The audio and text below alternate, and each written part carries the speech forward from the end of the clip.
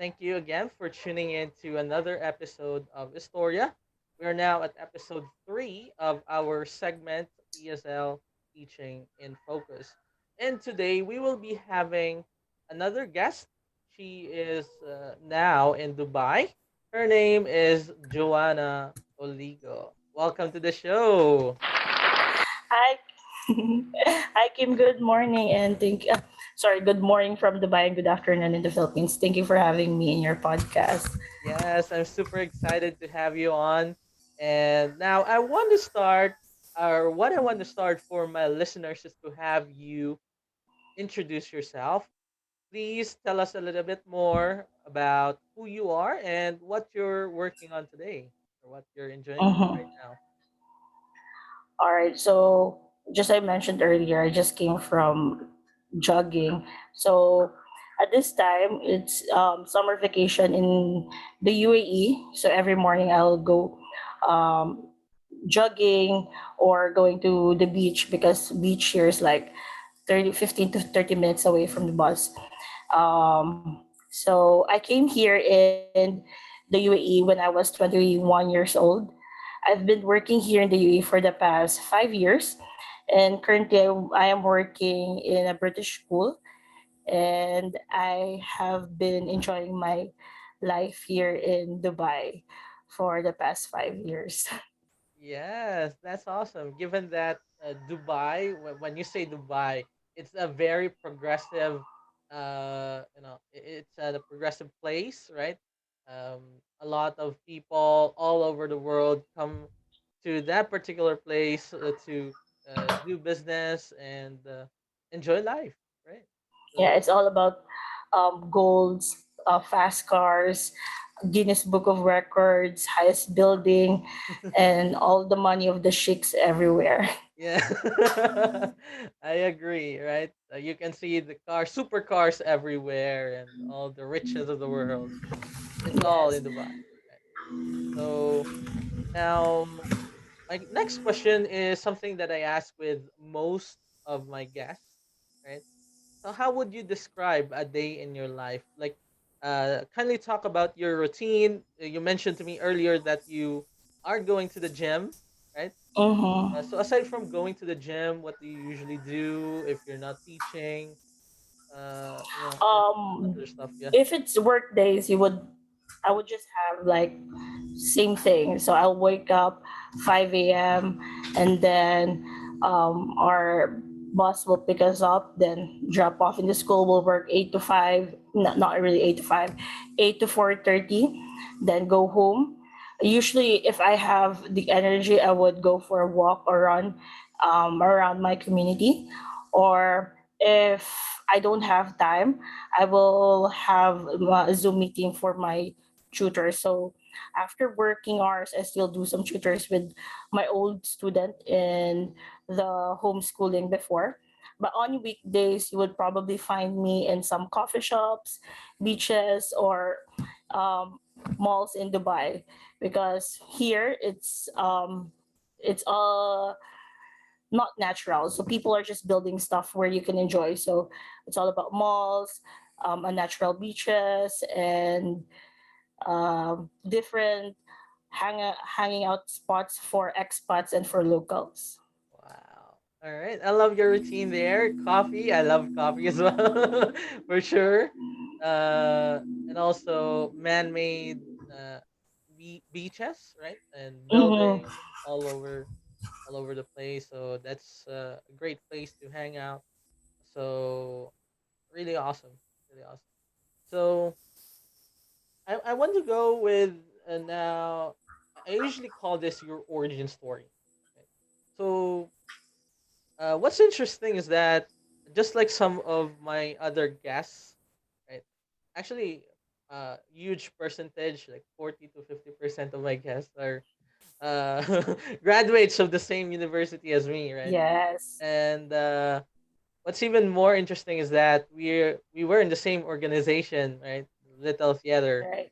Okay, so how did you know that you're gonna be a teacher one day? Like, is it in your blood? Like, is it something that you have discovered along the way, or tell us something about it? backstory. So I didn't really want to be a teacher. It's just that when I was finishing high school, I didn't have any choice of what course will I take.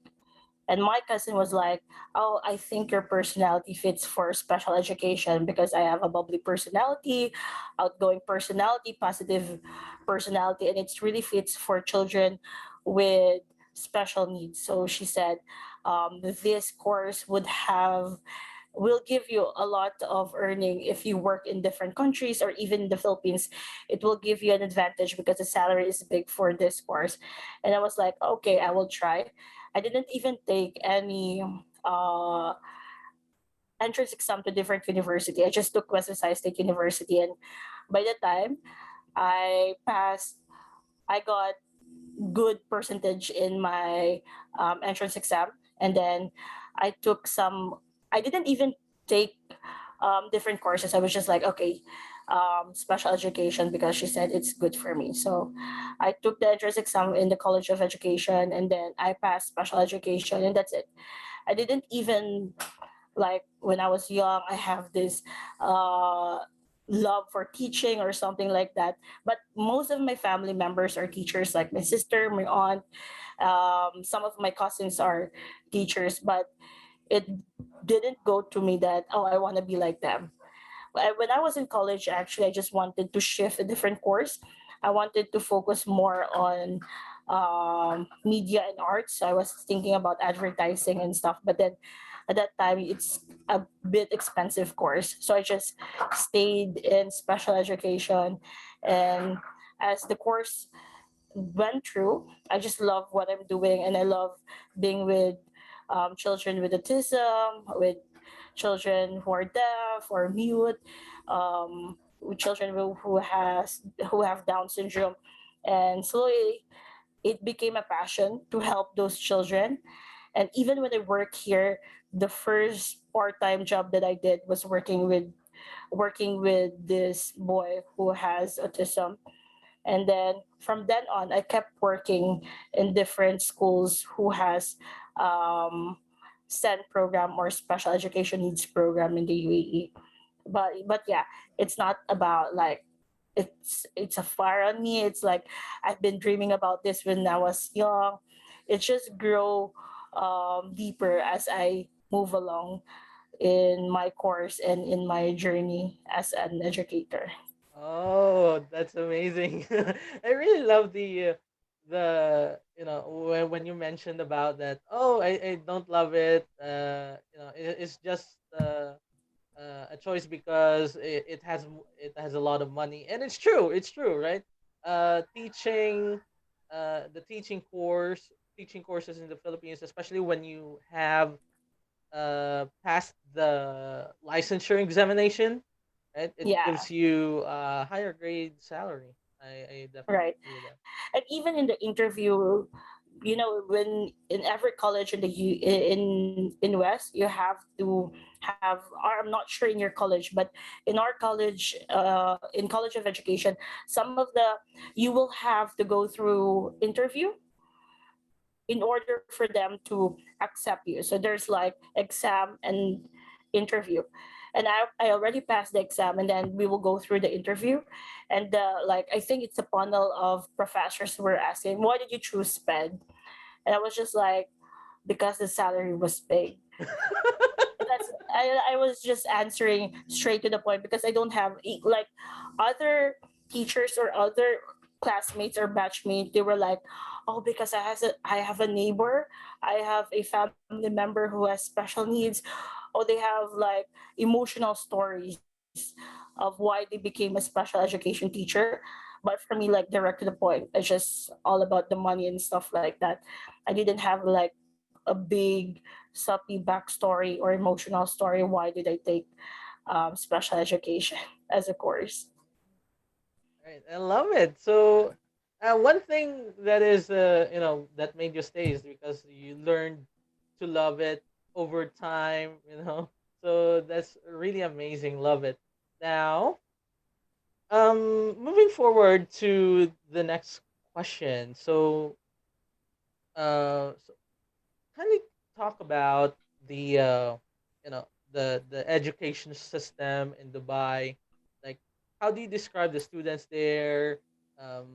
And I assume that most of the students in Dubai are English speakers. Am I correct? Yeah. Correct. Yeah.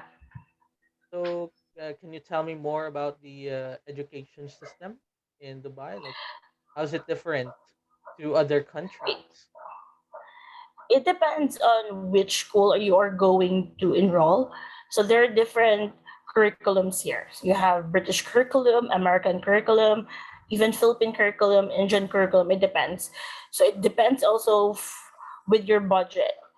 So if you're gonna enroll with British curriculum schools here, it would take you like 100,000 to, I think cheaper one would cost you 150,000 pesos if you convert it in pesos, and the most expensive one for a year would cost you around 1 million pesos for British curriculum schools in Dubai or even different parts of the UAE. But some of the OFWs here, the Filipino community, they opt to enrolling their child in um, Filipino schools. Other expats here, the Indians, they would enroll their kids in an Indian curriculum school. So it's very diverse. It just depends on your job, your budget, and the education that the education that you wanted to give to your child. So I cannot even say that the British curriculum is better, the American curriculum is better, or the Filipino curriculum is better, because it depends of what is your future goals for your kids. So it depends on your future goals, right? It depends on the what you want to achieve, and also the personality, right? I think the personality counts as well. Um, yeah. So you involve the kid in, many activities. So yeah, there are a lot of differences for sure. Right. So since you're teaching there in Dubai, I'm very sure that English is the main medium of instruction. And one of the struggles that you might face, that you usually face, I think almost every teacher will be facing this or is facing right now, is about capturing the attention of students, right? Especially I'm not sure if you're teaching uh, s- special uh, differently abled kids right now. Are Mm-hmm. you okay? So how do you At the capture their moment, attention, especially that you use the English language? I assume it's quite harder, right? right. Mm. So since I am currently working in a British curriculum school. So I've been working with different British teachers in the classroom. There there's an inclusion. So there are some cases that the child has a different needs. It might have he or she might have ADHD. He or she might have dyslexia, but they are still included in the classroom. So they're with the other children who doesn't have any difficulties. To get their attention, I think it's the struggle as well, since we are Apple certified school. All the children in our classroom has an iPad individually. The child is an iPad for their activities and stuff like that. So it gets more difficult to get their attention. So for example, you're um, starting your class, and then you would see one child would play with his or her iPad, and the other child would start drawing with their iPad, and then the other child would say, "Miss, why is he playing with the iPad?" And the other one, "Miss, she's watching a video in the iPad." It's get more and more difficult to get their attention, unlike before without any gadgets in the classroom. So it works when you clap. We have this clap like one, two, one, two, three, and then you will easily get their attention. They will follow your clap. Sometimes I just count down 3, 2, 1. Eyes on me, look at me, something like that. Or I would just stand and stare at them and wait for them to to know that what they're doing something and they're not listening, so that they would go back and I will get their attention. So most of the time claps really work, like, and Mm. then they will just follow. Right. Let me make it clear because something is not clear for me. You mean for example, they're merged in one classroom, like a person with ADHD and then the other one has dyslexia. Are they merged all together in Yes. one classroom? um yeah, so what's good in the UAE, because most of the schools have inclusion school, so the kids who doesn't have really most of the classroom, like for example children with autism, if he or she would have problems with behavior, with in terms of learning, the school will tell the parents, oh, your child needs to have a shadow teacher. A shadow teacher is someone that the family or the school will hire, so that the child with yeah, different with needs would have will get the attention or the support that they need in the classroom.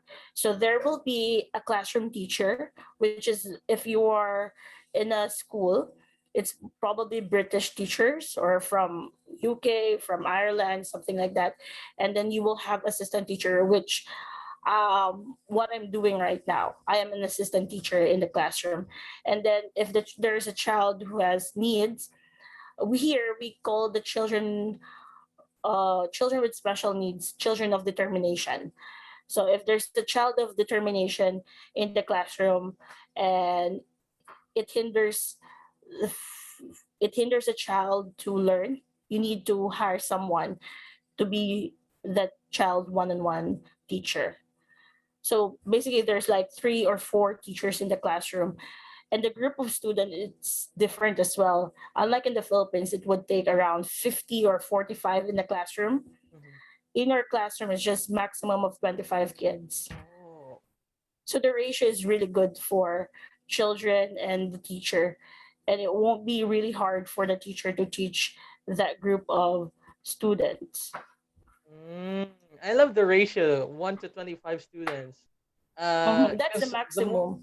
yes, because the more students you have, the harder it is to capture their attention. That's for sure, right? And not only to mention that the technology, right? Just like you mentioned, you told me earlier about the iPads, right?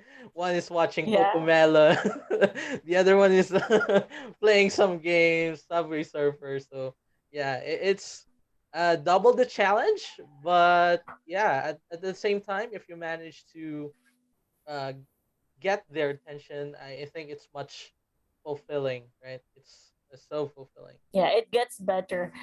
But you feel like it's so hard, is at the end of the day, it just gets better and better and better. You just have to be optimistic and make your patience longer. Like, for example, you have patience level 40 in a day. You have to s- stretch it out like 80, 100, because the child or the children would test your patience each and every day. And you can't even show your face of the face of frustration in your you can't do that. Yes. No, or you you have your Right. face face palm or you don't you must not have any signs of stressed expression in your face. Mm-hmm.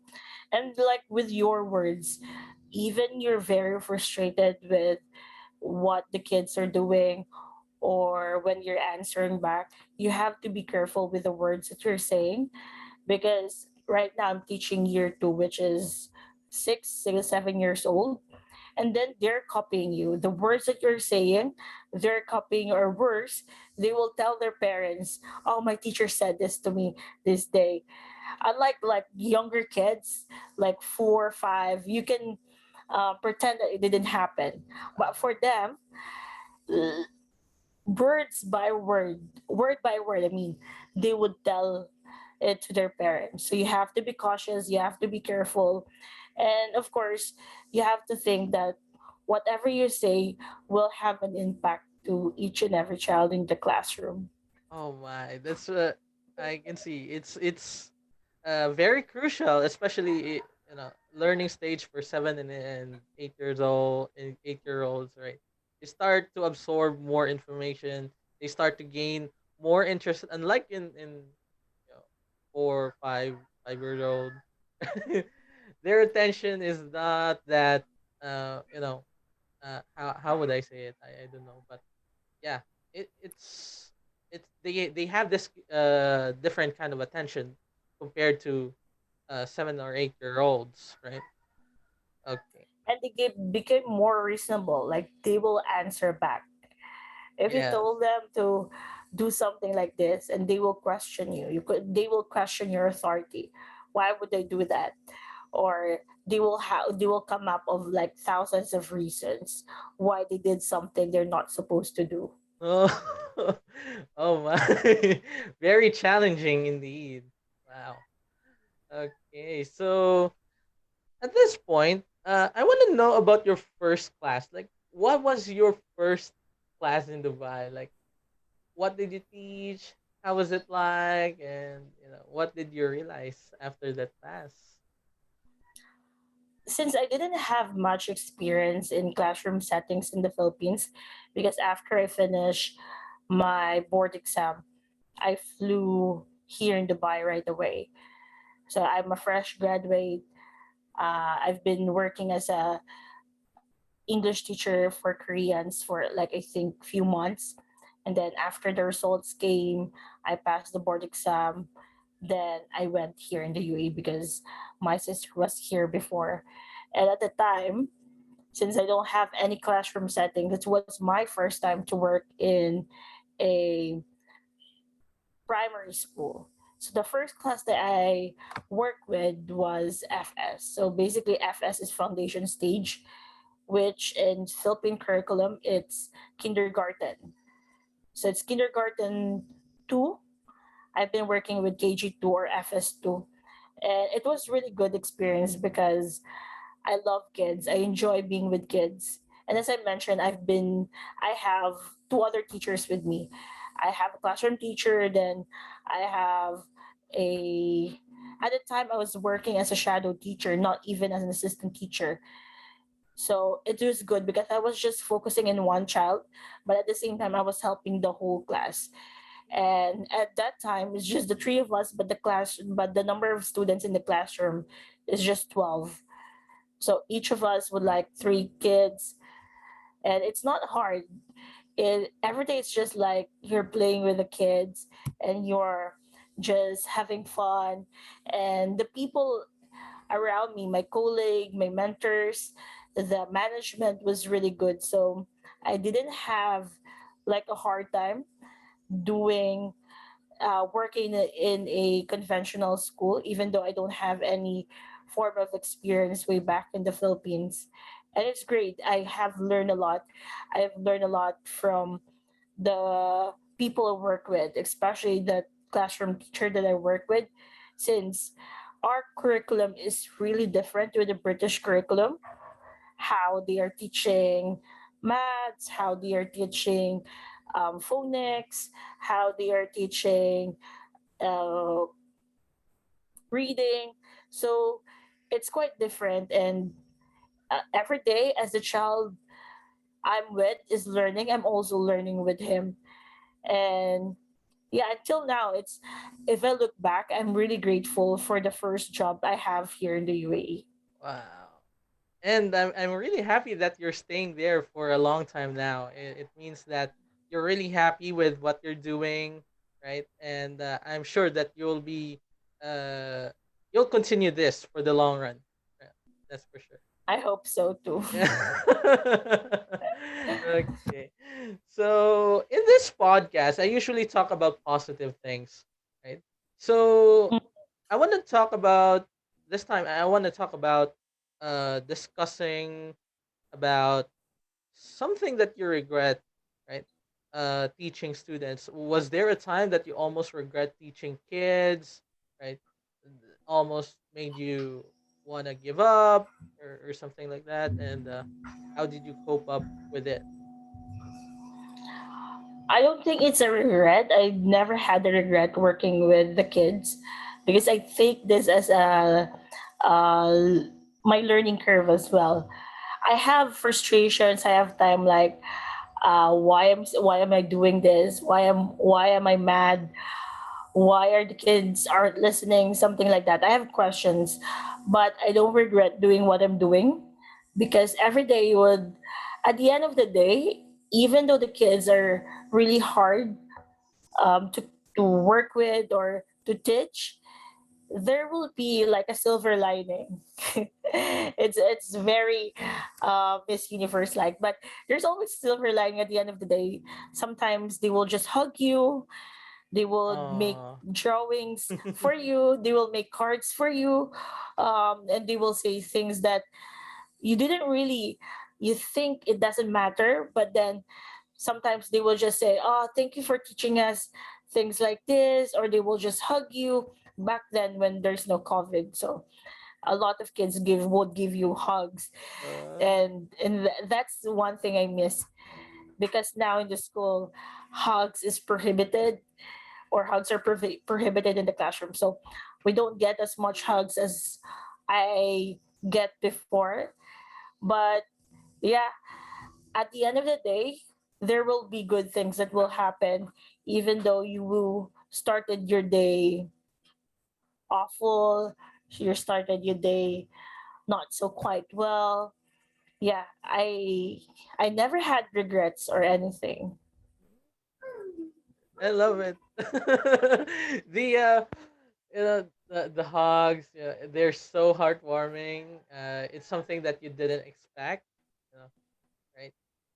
Even though you're frustrated, even though you're sad, you think you didn't do well that day, but at some point, in some way, the kids begin to appreciate you, right? Yeah, Doing all those kinds of things. So, oh, that's fantastic. Yeah.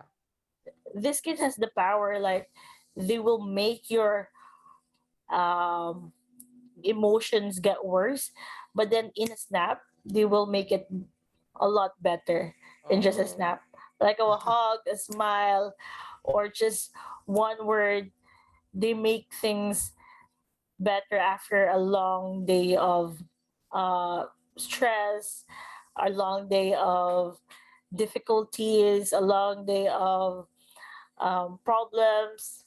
And sometimes, like if you have a headache, and then they will ask you how, they would see, I don't know, they would see if you have problems, and they will ask questions, and you will feel like, oh, they see it and they care, and it's Oh. it's really cute. Oh my. Oh my. It's heartwarming. I love the experience. Wow.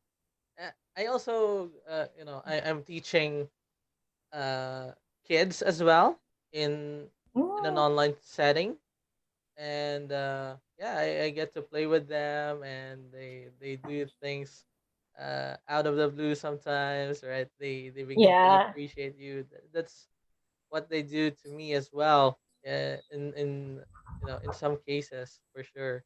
Yeah. Okay. Now, if I were to work as a teacher in Dubai, what are the things that I should anticipate? Right?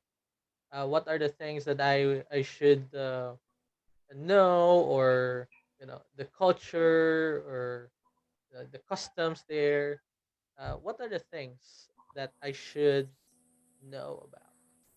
hmm I think first of all, you will have to manage your expectations, because if you want to be a teacher here, there's like, you can be a teacher here, but then if you work in a Filipino school as a teacher, it's the same amount of money you're earning as an assistant teacher in a British school. So you have to manage your expectations, like with the earnings, and like your positions, like the need positions, because if you really want to be called a teacher, a classroom teacher, of course, working in a British school is not your choice because your diploma would not matter in a British school because they would only accept teachers that has a college diploma from UK, some sort of that stuff. But then if you are into the money as well, because the salary as an assistant teacher is the same as a classroom teacher, so it doesn't matter what position you have, what they call your assistant teacher or classroom teacher, as long as are earning well. One thing as well is that uh, I cannot. I think yeah, you could call it like racism still exists because like if you're not from this specific country, you don't have this passport from specific country, you would just earn something like this. But if you're into from this country, you would probably get the amount like this. So there's like a level. It depends on which country you belong to, Mm. how much you would earn. I'm not sure if I'm gonna call it a racism. I think most people would prefer native English speakers over non teachers who are in non-native countries, right? Yeah, I think so, Yeah. but there it depends. There's some points that you could call it like the choice of the people where they're going to enroll, but then there's when you're in the work already, when you feel like oh you're doing the same thing with the native speakers or something, and you would feel like oh why I'm not earning like this to them. So you have to manage. That's why I say you have to manage your expectations, because sometimes even though you work the same way of the same job, the same effort, but at the end of the day, in the salary day, you would have different salary, even though you work the same thing. I You get see. what I mean? Yeah. Yeah. Okay. And That it's not just makes happening in the sense. Philippine. It's not just happening in the Filipino community. It's also happening with other nationalities. So they're also like I have colleagues from other Gulf countries, from Lebanon, from India. They would feel the same. From Sri Lanka, they would feel the same. Just because you're not from this specific country, you would not earn the same thing to them. And I think it's pretty much normal. I think it's the parents' choice. They enroll their child because they wanted to get the accent or something like that. But of course, when you don't have that, um, you don't manage your expectation, you would feel bad. And for me, I've been used to it. I've been here for 5 years, and it's just a daily thing here in the UAE. It really depends Mm. where you're from. It's not about your diploma sometimes. It's not about your experiences. Sometimes it depends on your passport, but it gets better. It always gets better. That's yeah. That makes sense because that is what's really happening right now. Like the reality, right? We can call Mm-hmm. it a reality of what's happening in the world, right? So yeah, I definitely agree with you when you know about those statements.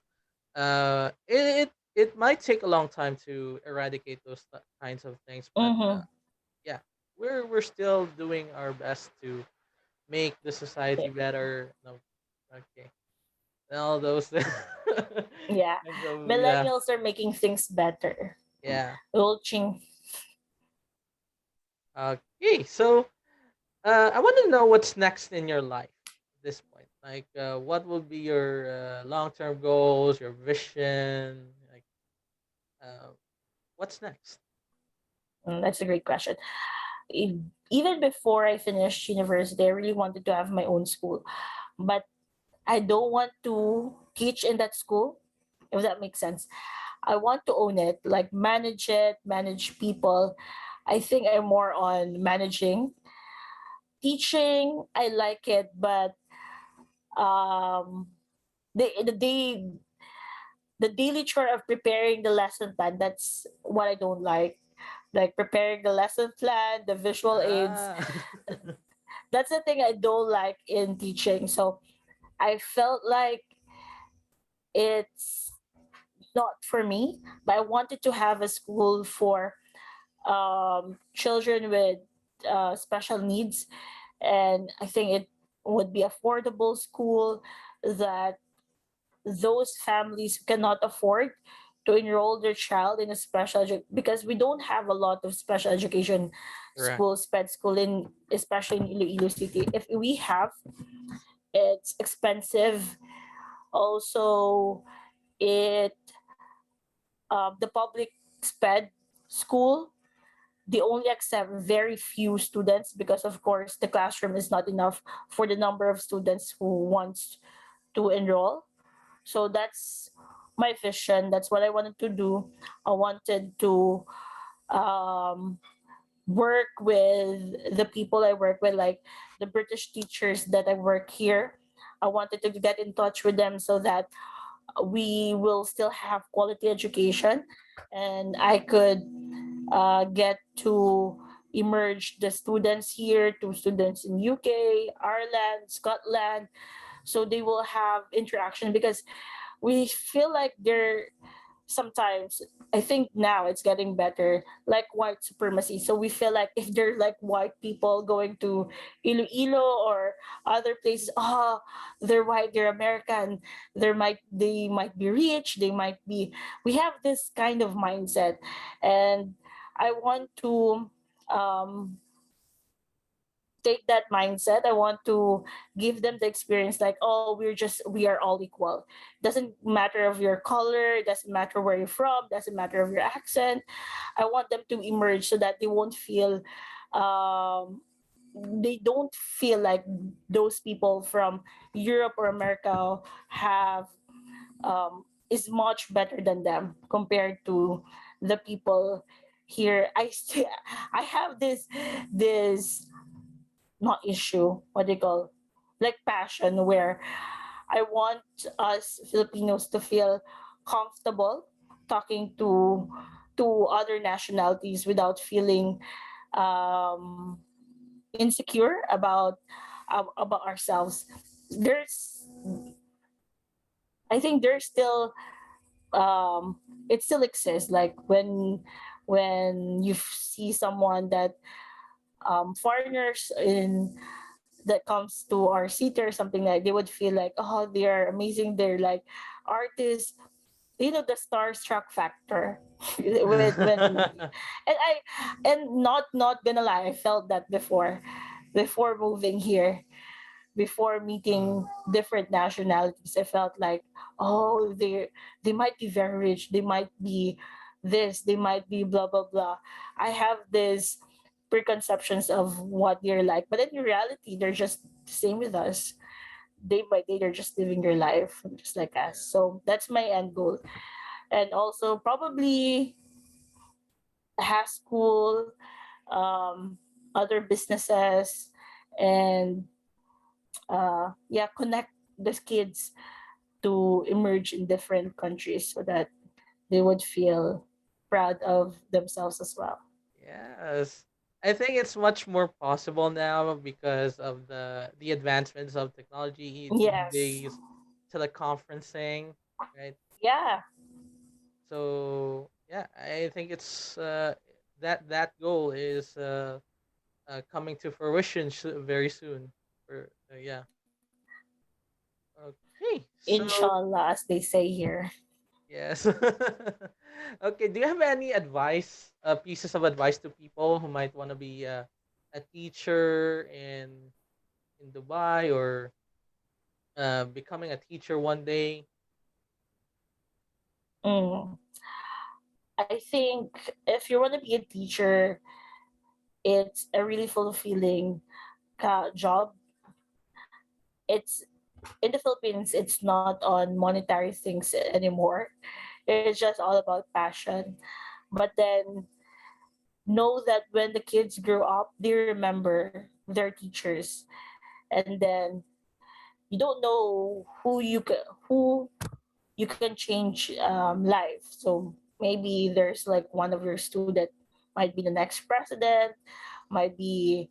So you just have to um, try to be more inspirational. I think someday when you become a teacher, I'm not so close with being inspirational, but then I remember all my teachers who've done a great job in not just teaching, I think more on listening.